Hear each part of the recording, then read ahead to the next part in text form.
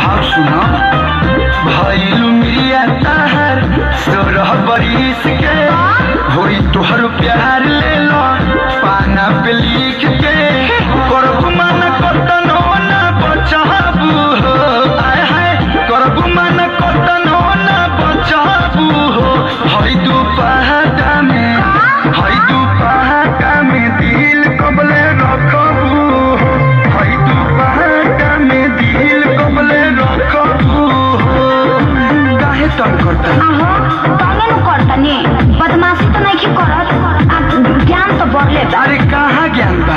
ज्ञान रही तो प्यार ना कर तू मतलब इहे न एगो दिक्कत बा कि प्यार नहीं की करत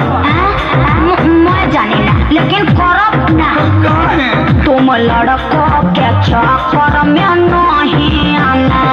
मेरी मम्मी ने ये सब किया है माना हंस डालो कितना ये बाबू चार बना हाजी चार बना सभाया बेला बाकी कर बना सभाया